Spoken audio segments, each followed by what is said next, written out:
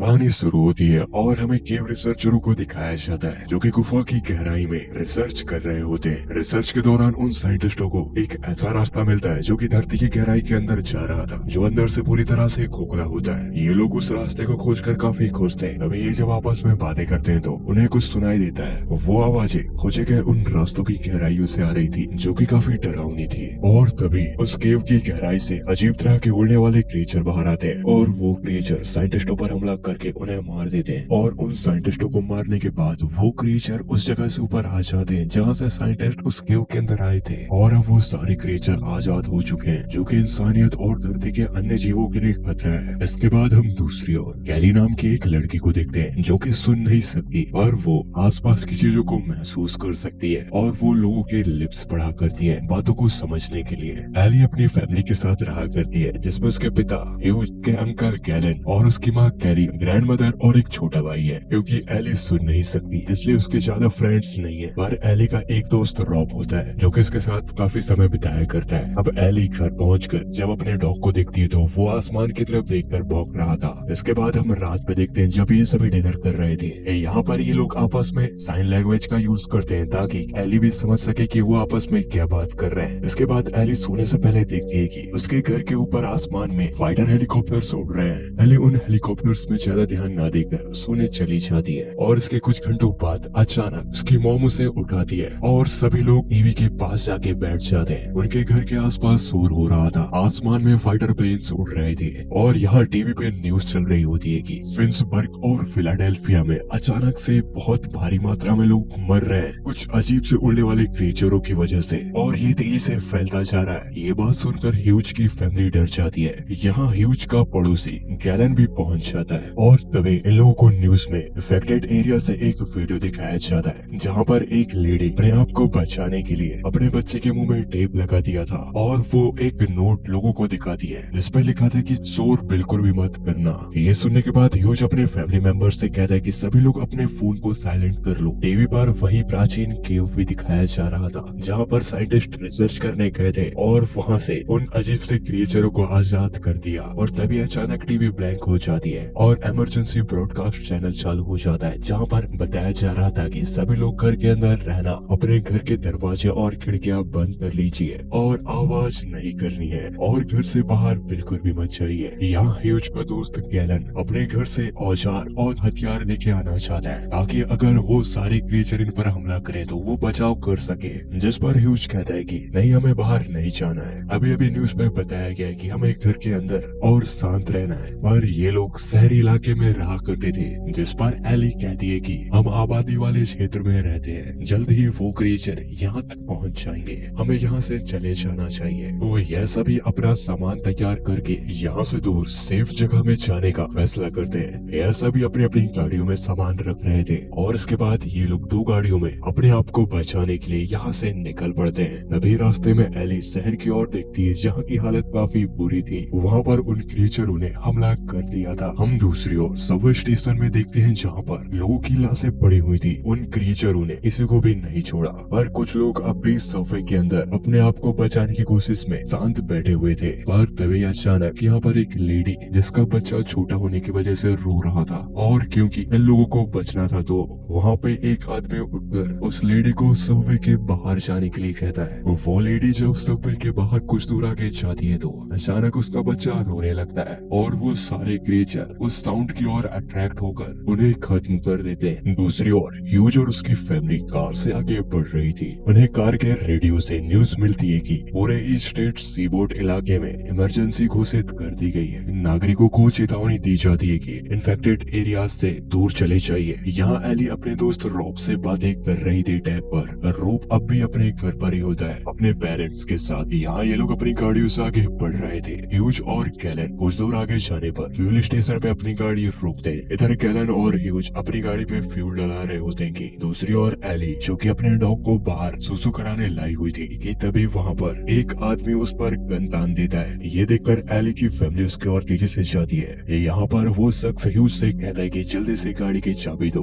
वो आदमी आदमी काफी घबराया हुआ होता है। इतने में गैलन आकर उस आदमी को अपने पिस्टल से ठोक देता है और उसे वहाँ पर जख्मी हालत में ही छोड़कर ये लोग यहाँ से आगे बढ़ चलते हैं। थोड़ा और दूर आगे जाने पर गैलन और ह्यूज देखते हैं कि आगे काफी ट्रैफिक है। तो यहाँ पर गैलन यहाँ से आगे निकलने के लिए शॉर्टकट रास्ते का इस्तेमाल करना चाहता है। तो गैलन और ह्यूज अपनी गाड़ियों को लेकर जंगल के रास्ते यहाँ से निकलना चाहते हैं। इन्हें कार रेडियो से ये भी पता चलता है कि काफी स्टेट्स में उन क्रिएचरों ने हमला कर दिया है, जिससे कि काफी लोगों की जाने गई हैं। ये उस शॉर्टकट रास्ते से आगे बढ़ रहे थे। आगे गैलन की कार होती है। तभी अचानक गैलन की कार के सामने कुछ हिरण आ जाते हैं, जिसकी वजह से गैलन की कार अनकंट्रोल होकर रोड के नीचे जाकर क्रैश हो जाती है। ये देखकर ह्यूज तेजी से गैलन को बचाने नीचे जाता है, जहाँ पर गैलन बहुत बुरी तरह से कार में फंस चुका था। यहाँ पर गैलन ह्यूज को निकालने की काफी कोशिश करता है। ह्यूज की काफी कोशिशों के बाद भी गैलन उस कार से बाहर नहीं निकल पा रहा था। ये देखकर यहाँ पर गैलन समझ जाता है कि उसे बिना कटर के उस कार से बाहर नहीं निकाला जा सकता। इसलिए वो वहाँ पर ह्यूज से कहता है कि तुम्हें आगे निकल जाना चाहिए, मुझे यहीं छोड़कर। और ह्यूज गैलन को यहाँ अकेला छोड़ के नहीं जाना चाहता। तभी गैलन अपने पास की पिस्टल निकालकर ह्यूज को कहता है कि अगर तुम यहाँ से नहीं गए तो मैं तुम्हें गोली मार दूंगा। इस बात को सुनकर ह्यूज ना चाहते हुए भी अपने दोस्त को यहाँ अकेला छोड़ के जा रहा था। और जब ह्यूज अपनी कार में आके बैठता है तो तभी यहाँ पर एली को कुछ महसूस होता है। वो यहाँ अपने पिता से कहती है गाड़ी बंद करो।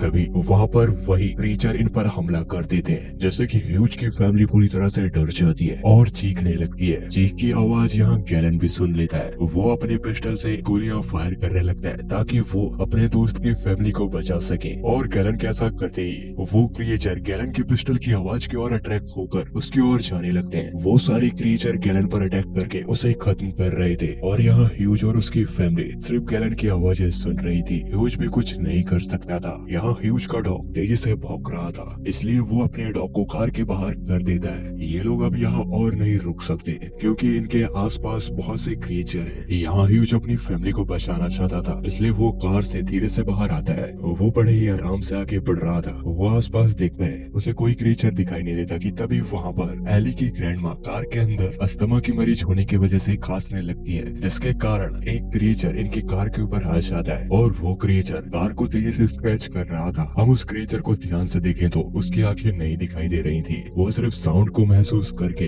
उस ओर जाया करता था। यहाँ ह्यूज उस क्रिएचर को देख के समझ जाता है कि उसे क्या करना है और वो अपनी फैमिली को बचाने के लिए पास ही पड़ी एक लोहे की रॉड को दूसरी ओर फेंकता है, जैसे कि आवाज होती है और वो क्रिएचर उस कार से उड़कर फेंकी गई रॉड की तरफ चले जाता है। जैसे ही वो क्रिएचर वहाँ से जाता है तो यहाँ पर ह्यूज कार के अंदर आ जाता है और ये ज्यादा देर तक क्योंकि कार में नहीं रह सकते तो इसलिए इन्हें यहाँ से जाना था। ह्यूज यहाँ पर अपने दोस्त गैलन को देखने जाना चाहता है जो कि मर चुका था। यहाँ बड़े ही आराम से ह्यूज गैलन के पास जाता है और उसकी डेड बॉडी को कार सहित आग लगा देता है, जिससे कि सारे क्रिएचर जलती हुई कार की आवाज से उसके ओर अट्रैक्ट हों और ये लोग कार से निकलकर यहाँ से जा सके। और ये लोग ऐसा ही करते हैं। ह्यूज अपनी फैमिली के साथ कार को छोड़कर पैदल आगे बढ़ रहा था। काफी दूर पैदल चलने के बाद ये एक जगह पर रुक जाते हैं, जहाँ पर ह्यूज आसपास दूरबीन से देखता है तो उसे पास ही एक घर दिखाई देता है और अब ये लोग बिना आवाज किए उस घर की ओर बढ़ रहे थे। तभी हम आसमान में देखते हैं वहाँ पर वैसे क्रिएचर बहुत सारे थे। इन लोगों को उस घर के पास पहुँचते तक रात हो जाती है, जहाँ उस घर के आसपास फेंसिंग लगी हुई थी और जैसे ये लोग फेंसिंग को छूते हैं तो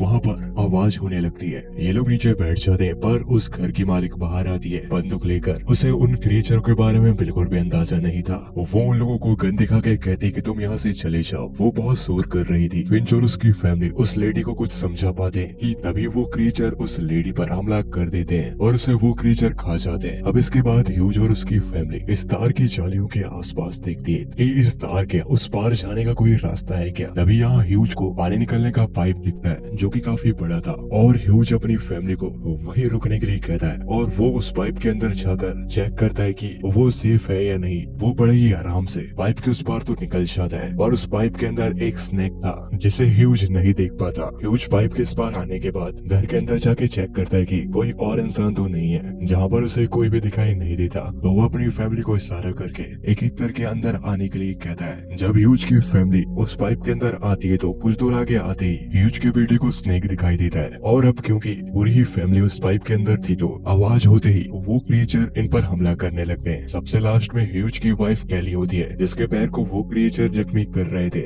ये देखकर ह्यूज अपना दिमाग लगाकर पास ही खड़ी एक हार्वेस्टिंग मशीन को चालू कर देता है जिसकी आवाज सुनकर ह्यूज की फैमिली को छोड़कर उस हार्वेस्टिंग मशीन के अंदर जा रहे थे और वो एक एक करके मर रहे थे। ये लोग कैली को मिलकर उस घर के अंदर लाते हैं। कैली काफी जख्मी हो चुकी थी, पर यहाँ एली की जो ग्रैंड माँ होती है वो नर्स थी, तो वो कैली का ट्रीटमेंट कर रही थी। और ये लोग इसके बाद उस घर के अंदर चैन की सांस लेते हैं। हम एली को देखते हैं जो अपने दोस्त रॉब से बात कर रही थी, जहाँ पर वो एक जगह पर छुपा हुआ था। वो बताता है कि उसके पेरेंट्स को उन क्रिएचरों ने खा लिया, वो किसी तरह वहाँ से बच पाया है। पर तभी अचानक एली का रॉब से कनेक्शन टूट जाता है और कॉल कट हो जाता है। अब इसके बाद हम अगले सुबह देखते हैं जहाँ पर उस घर के आसपास अब भी वही क्रिएचर थे। यहाँ ह्यूज और उसकी फैमिली घर के अंदर होती है, जहाँ पर कैली के जख्म में इन्फेक्शन बढ़ता जा रहा था क्योंकि इन लोगों के पास मेडिसिन नहीं होती। तो ह्यूज ये फैसला करता है कि वो बाहर शहर से कुछ मेडिसिन लाएगा और यहाँ पर ह्यूज एली के साथ मेडिसिन लाने शहर की ओर जाने के लिए निकल जाते हैं। बाकी लोग घर पर ही रहेंगे। ह्यूज और एली को रास्ते में बहुत से क्रिएचर दिखाई देते हैं। ये बिना आवाज किए आगे बढ़ रहे थे। कुछ देर बाद ये शहर की ओर पहुंच जाते हैं, जहाँ इन्हें शहर पर अपने अलावा कोई दूसरा इंसान नहीं दिखाई दे रहा था। ये हर दुकानों को चेक कर रहे थे। हम तभी देखते हैं कि ह्यूज और एली को छुपकर एक आदमी देख रहा होता है, जिसके बारे में ह्यूज और एली नहीं जानते थे। इन्हें एक मेडिकल शॉप मिल जाती है। जब ये उसके अंदर जाते हैं तो वहाँ बहुत सी डेड बॉडीज पड़ी थी। ये बिना आवाज के वहाँ पर मेडिसिन ढूंढ रहे होते हैं। तभी कुछ देर बाद एली वहाँ देखती है कि उन डेड बॉडीज में क्रिएचरों के अंडे थे। वो ये देखकर समझ जाती है कि क्रिएचर अपनी संख्या बढ़ा रहे हैं। ह्यूज को वो मेडिसिन मिल जाती है जिसकी खोज में ये लोग यहाँ पे आए थे। पर तभी अचानक वहाँ पर वही क्रिएचर आ जाते हैं। ये लोग किसी तरह उन क्रिएचरों को चकमा देकर वहाँ से बाहर आते हैं। कुछ दूर आगे जाते ही इनके सामने वही आदमी खड़ा था जो पहले इन्हें छुपकर देख रहा था। जब ह्यूज और एली उसके पास जाते हैं तो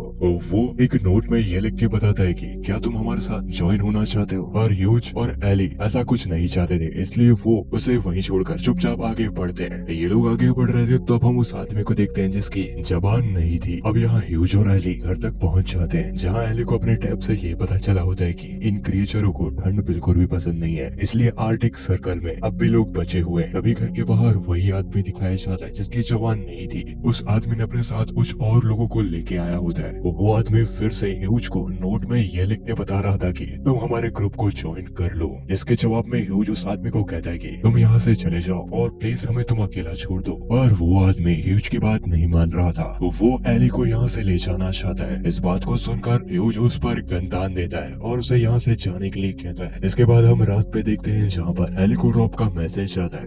वो अभी भी सरवाइव कर रहा था। वो एली से कहता है कि यहाँ पर बहुत से लोग हैं जो कि रेफ्यूजी कैंप पर सेफ हैं। एली उससे और कुछ पूछ पाती, तभी उसका सिग्नल चले जाता है। अब इसके बाद रात में जब सब लोग सो जाते हैं तो तभी अचानक उनके घर के आसपास फोन रिंग कर रहे थे। दरअसल ये फोन उसी बिना जवान वाले आदमी ने लगाए होते हैं। वो इन लोगों को खत्म करना चाहता है। ये लोग किसी तरह उन फोन्स को बंद करते हैं कि तभी अचानक कुछ लोग आकर एली को पकड़कर उस घर से बाहर ले जाने लगते हैं। यहाँ ह्यूज और उसकी पूरी फैमिली उन लोगों से लड़ रहे थे और आवाज होने के कारण वो क्रिएचर भी इन पर हमला कर रहे होते हैं। पर यहाँ पर एली की ग्रैंडमदर अपने बच्चों को बचाने के लिए उन गुंडों को पकड़कर बहुत तेजी से आवाज करने लगती है, जिससे कि वो सारे क्रिएचर उन पर हमला कर देते हैं। जैसे कि एली की ग्रैंड माँ मर जाती है, पर अब भी वो बिना जवान वाला आदमी जिंदा था। ये देखकर ह्यूज और उसके बाकी फैमिली मेंबर मिलकर उस आदमी को मार देते हैं और इसके बाद अगली सुबह ये लोग वहाँ से आगे निकल चुके थे। ये सभी उस रेफ्यूजी कैंप की ओर बढ़ रहे होते हैं, जिसके बारे में रॉब ने एली को बताया होता है। और एली को रॉब का मैसेज मिल गया था कि वो रेफ्यूजी कैंप कहाँ पर है। और इसके बाद रॉब के साथ मिलकर एली उन क्रिएचरों का शिकार कर रहे होते हैं। जब तक ये क्रिएचर इस दुनिया में है तब तक ये लोग इसी तरह रहेंगे। और इसी के साथ द साइलेंस मूवी यहीं पर खत्म हो जाती है।